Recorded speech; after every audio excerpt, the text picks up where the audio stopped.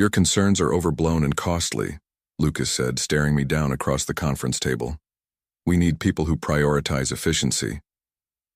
My name is Frank Delaney, 57 years old and plant operations manager at Ironwood Forge for the past 14 years.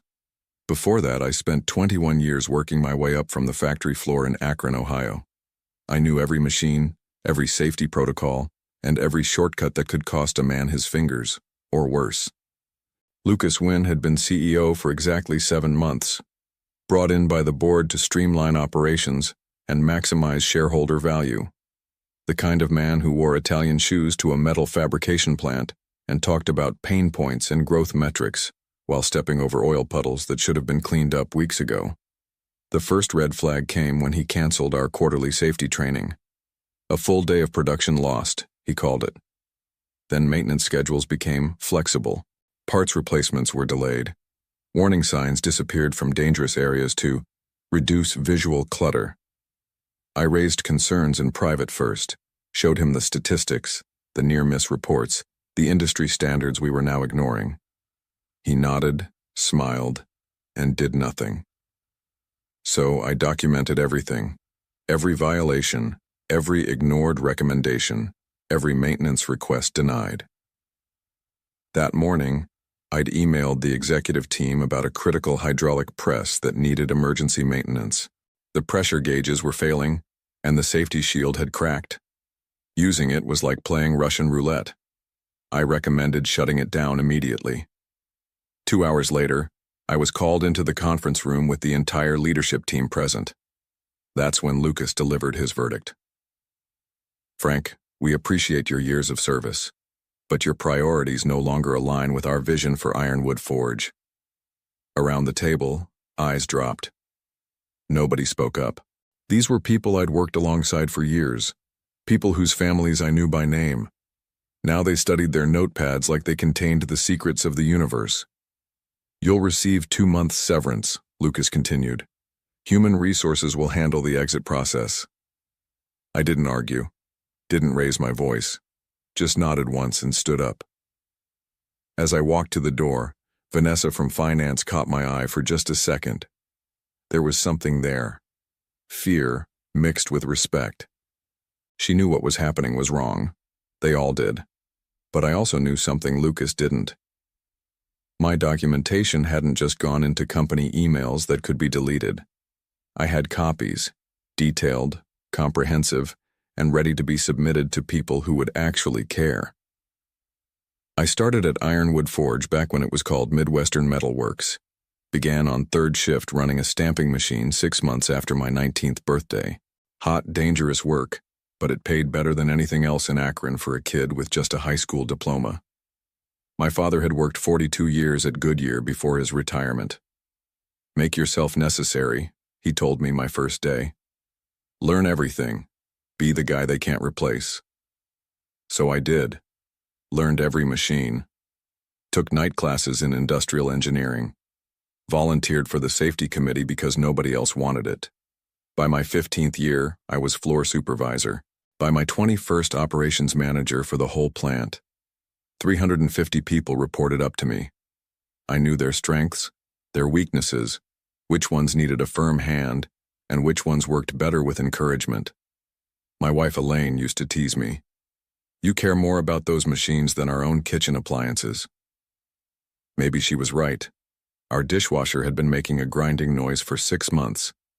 But at work, I knew that a grinding noise could mean someone losing a hand by the end of the shift. When Old Man Winters ran the company, safety was priority 1. "Production targets don't matter if someone doesn't go home to their family," he'd say. The safety record was posted at the entrance every month, and bonuses were tied to keeping accident rates low. After he retired, Ironwood drifted through 3 different ownership groups in 10 years, each one a little less connected to the work we actually did, each one a little more focused on quarterly numbers. Lucas was just the latest and worst in that progression. The first time we met, he asked how quickly we could double production. I told him we'd need to hire more people and maybe add another shift. He frowned like I'd insulted him. "What about just running the machines harder?" he asked. Warning bells went off in my head right there. But I tried. God knows I tried to make him understand how things worked on the floor. For months, I watched the small changes pile up. Maintenance intervals stretched. Safety equipment became optional. Experienced workers who raised concerns were the first to be let go when Lucas started his efficiency layoffs. I still remembered Tommy Wilson, 26 years with the company, finding me in the parking lot the day after he was cut. "You're the only one left who remembers how things should be, Frank," he said. "Don't let them turn that place into a death trap." I promised him I wouldn't.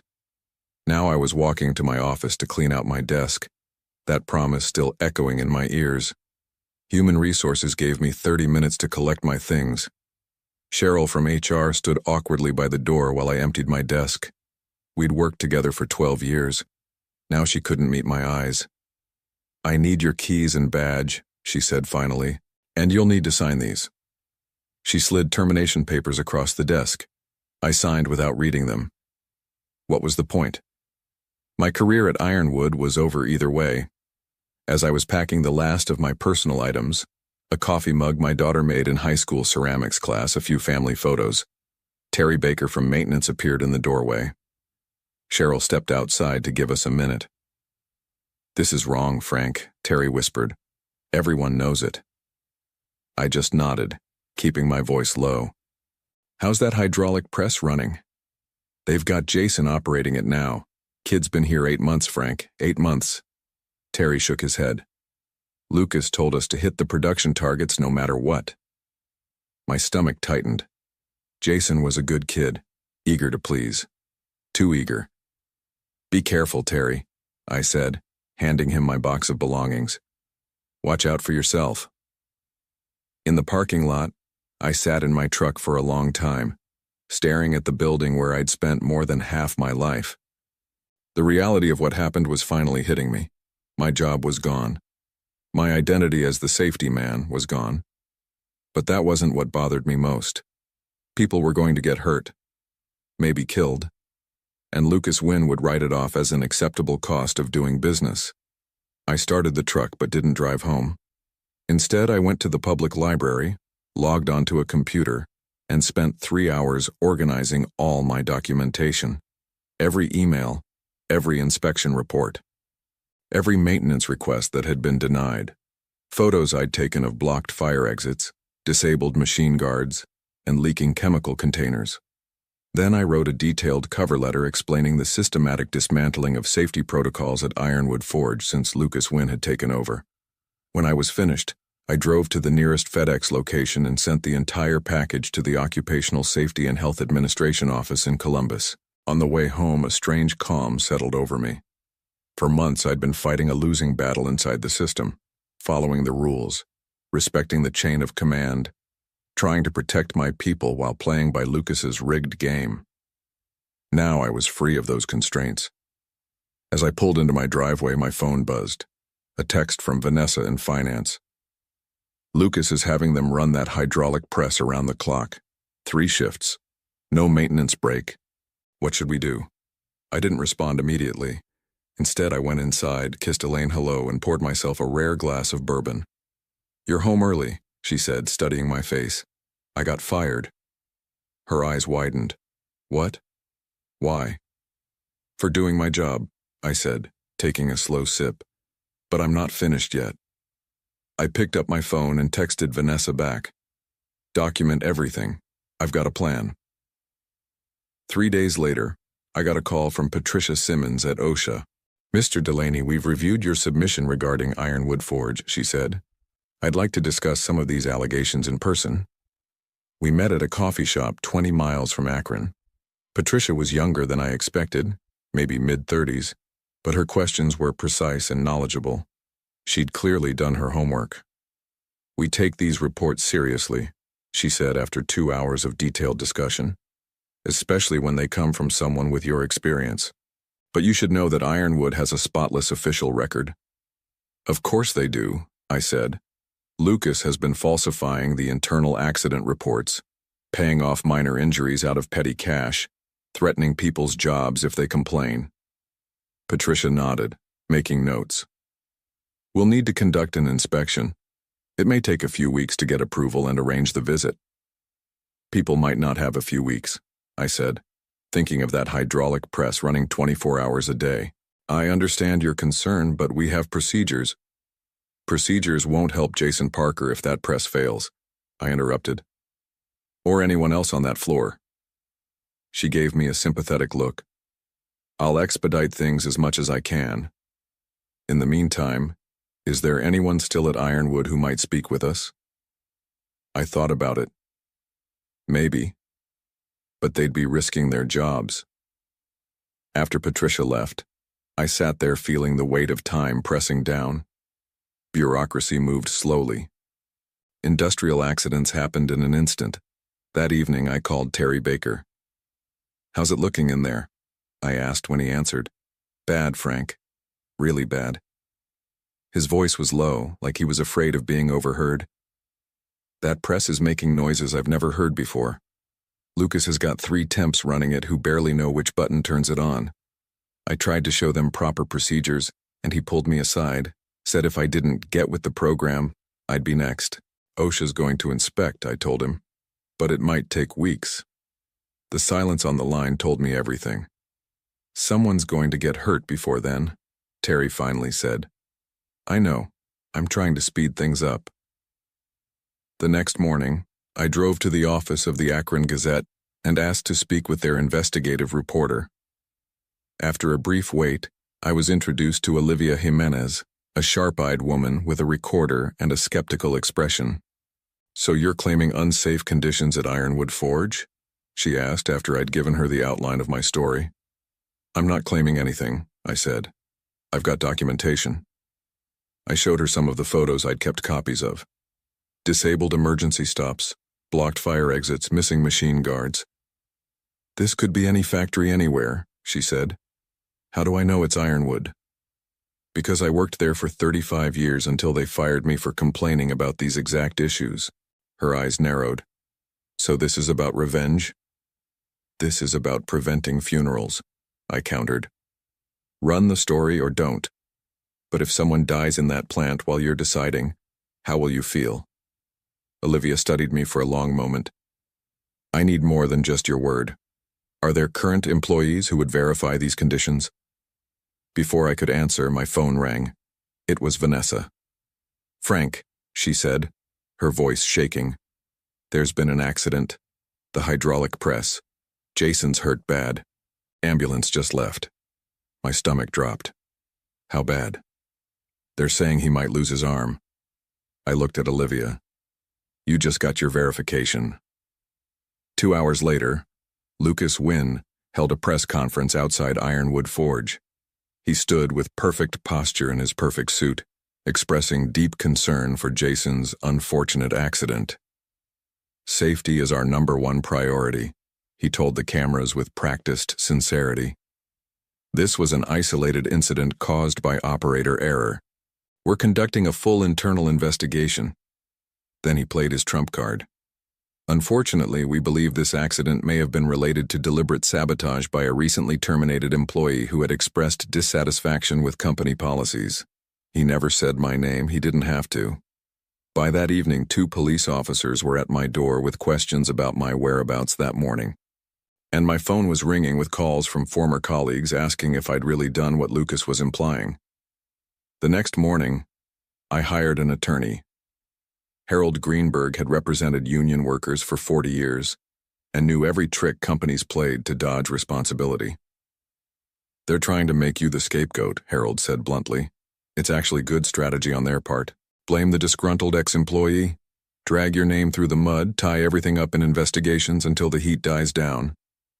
"But I wasn't even in the building," I protested. "They have security cameras." Harold nodded. "Which they control. Look, Frank, this isn't about truth, it's about liability. If they can pin this on you, their insurance rates don't go up. They don't face regulatory penalties, and the inevitable lawsuit from Jason focuses on you instead of Ironwood. So what do? We fight back with facts. You said you've documented everything?" "Everything," I confirmed, going back months. "Good. But we need more. We need to know what they're saying internally about the accident." That evening, Terry Baker and Vanessa Morris met me in Harold's office. Both looked nervous, constantly checking their phones. Lucas called an all-hands meeting after you left, Terry explained. Said anyone talking to you or the press would be terminated immediately. Made everyone sign new NDAs. But you're here, I said. Terry's weathered face hardened. I've been there 30 years, Frank. What happened to Jason? That's not what we stand for. Or used to, anyway. Vanessa nodded. I processed the maintenance requests for accounting. I've got copies of everything Lucas denied over the past 6 months, including 3 separate work orders for that hydraulic press. She handed over a USB drive. He's been systematically cutting corners everywhere. Not just safety, quality control, environmental compliance, even proper tax withholding. Anything to make the quarterly numbers look better. Harold reviewed the files while we talked. When he looked up, his expression was grim. This goes beyond negligence, he said. This is willful endangerment, but it still doesn't prove Frank wasn't involved in the accident. Maybe this will help, Terry said, pulling out his phone. I recorded the safety training, or lack thereof, that Lucas gave the temps before putting them on the press. The recording was short. Lucas essentially showed them the power button and the emergency stop, then told them production targets for the shift. That's about 2% of the proper training, I said. Did Jason get even this much? Less, Terry said grimly. Lucas told him to figure it out and walked away. Harold was furious. This is completely illegal. Those workers should have had OSHA-mandated training, proper supervision, everything. That's not all, Vanessa said quietly. I found something in the company emails yesterday. Lucas knew that press was dangerous. The manufacturer's rep inspected it last month and officially recommended taking it offline until repairs could be made. She pulled up an email on her phone. Lucas's response to the recommendation was brief. Too expensive. Find workarounds. The room fell silent as the full picture emerged. This wasn't just cost-cutting or ignorance.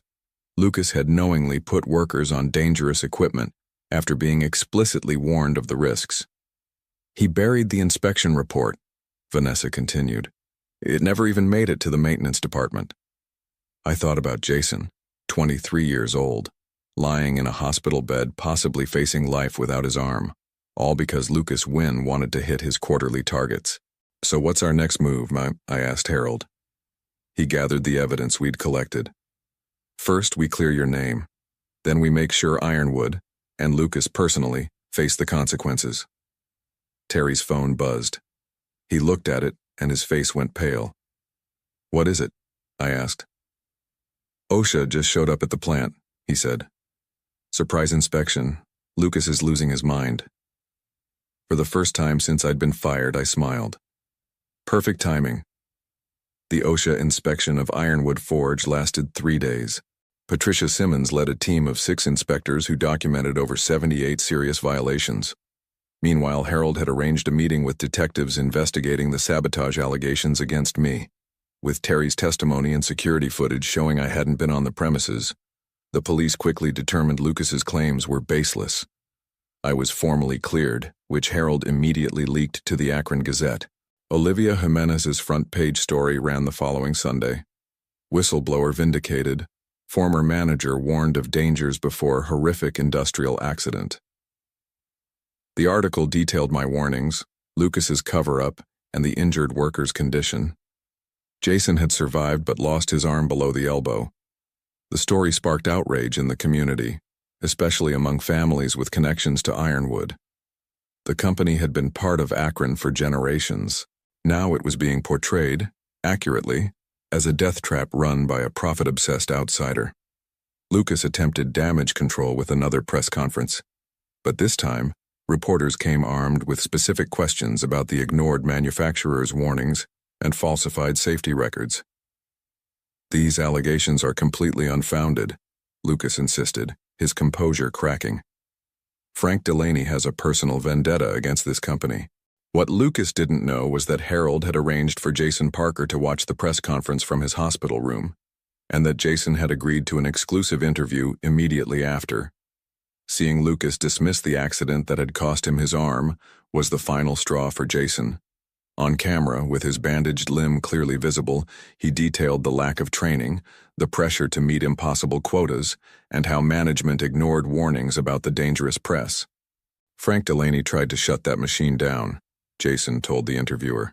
If they'd listened to him, I'd still have my arm. The interview was devastating. By evening, Ironwood's board of directors called an emergency meeting. The next morning, two things happened. Lucas Wynn was placed on administrative leave pending investigation, and I received a call from Gregory Winters, son of the former owner. Frank, this is Greg Winters. I need your help. I hadn't spoken to Greg in years. After his father retired, Greg had moved to Chicago to pursue other business interests, selling his stake in the company. The board asked me to step in temporarily, he explained. The place is a mess. OSHA's shut down half the production lines. We've got lawsuits pending, and morale is completely shot. Sounds like you've got your hands full, I said, unsure why he was calling me. I need someone who knows the operation inside and out, someone the workers trust. He paused. I want you to come back, Frank, as acting plant manager. I hadn't expected this. You know I'm the one who sent the evidence to OSHA, right? Of course. That's exactly why I want you. You put people's safety above everything else, just like my father taught us. I thought about it. Going back would be strange. There would be those who resented me for the disruption, the lost production, maybe even lost bonuses. But there would also be a chance to rebuild what had been broken. I'll do it on two conditions, I said finally. First, every single safety issue gets fixed before we restart production. No exceptions. Agreed, Greg said immediately. And the second? Jason Parker gets full compensation, best medical care, full salary during recovery, and a guaranteed job when he's ready to return, if he wants it. There was a moment of silence then. Done. When can you start? 3 days later, I walked back through the front doors of Ironwood Forge. The production floor was silent, machines dormant during the safety overhaul. Terry Baker met me with a clipboard of repair orders and a grin. Never thought I'd see you back here, he said as we walked the floor. Makes two of us. We stopped at the hydraulic press that had injured Jason. It was cordoned off with yellow tape, waiting for factory representatives to either repair or replace it. It's going to take time to fix everything Lucas broke, Terry said. I nodded, looking around at the quiet machines and the workers reinstalling guards and safety equipment. Then we better get started. 6 weeks later, Gregory Winters called a company-wide meeting in the main production area. All 300 employees gathered around a temporary stage, an unusual mix of tension and hope in the air. I stood off to the side, watching Greg approach the microphone. Behind him sat the recently reconstituted board of directors, now including 2 retired floor workers and a safety compliance officer. Many of you have been with Ironwood longer than I have, Greg began. You remember when this company stood for something more than just quarterly profits. Today we begin to restore that legacy. He announced a complete restructuring of the company, new safety protocols, increased maintenance budgets, a bonus system tied to both production goals and safety metrics, and a worker representation committee with actual authority. Then Greg paused, his expression hardening. As for the recent leadership that betrayed your trust, I have an update. This morning the board voted unanimously to terminate Lucas Wynn for cause. Additionally, based on evidence of willful negligence, we are cooperating fully with the district attorney's office as they pursue criminal charges. A murmur ran through the crowd. One final announcement, Greg said. From now on, Ironwood Forge will have a new position, Director of Operational Safety and Compliance. This person will have final authority over any decision affecting worker safety, with direct report to the board. Greg gestured toward me. Frank Delaney has agreed to accept this position, effective immediately. The silence broke into applause. Not polite corporate applause, but the genuine appreciation of working people who understood what had been at stake. As I stepped forward, I caught sight of Jason Parker at the back of the room. His left sleeve was pinned up, but he was smiling. He gave me a nod. one that carried both forgiveness and gratitude. I nodded back, then turned to address my colleagues. 3 months after returning to Ironwood, I drove to the county courthouse for Lucas Wynn's arraignment. He faced multiple charges, including criminal negligence resulting in serious bodily injury. I didn't need to be there. The case would proceed with or without my presence, but something in me needed to see it through to the end. Lucas looked smaller somehow in his expensive suit standing before the judge. When he turned and saw me in the gallery, his face flushed with anger. I just watched impassively as he pleaded not guilty and was released on bail. Outside the courthouse, Lucas approached me in the parking lot. "Happy now, Frank?" he demanded. "You've destroyed my career over one accident." "It wasn't just one accident," I replied calmly. "It was a disaster waiting to happen. You knew the risks and chose profit anyway." "That's business," he said dismissively. "No, that's criminal." I turned to leave. "I'll beat these charges," he called after me, "and then I'll sue you for everything you've got." I didn't bother responding. Some men never learn. The following weekend, I visited Jason at his apartment. He was adapting to his prosthetic arm, determined to return to work after completing physical therapy. We sat on his balcony drinking iced tea. "I've been meaning to ask you something," Jason said. "You could have just walked away, found another job. Why'd you fight so hard?" I thought about it. Because some things matter more than a paycheck. When you see something wrong, really wrong, you've got two choices. Look the other way or do something about it. Jason nodded. "Well, I'm glad you did something." As I drove home that evening, I felt a peace I hadn't known in a long time. Ironwood was running safely again. Production numbers were actually up due to better maintenance and morale, and I was doing work that mattered. Sometimes standing your ground means walking away first, but that doesn't mean you're finished.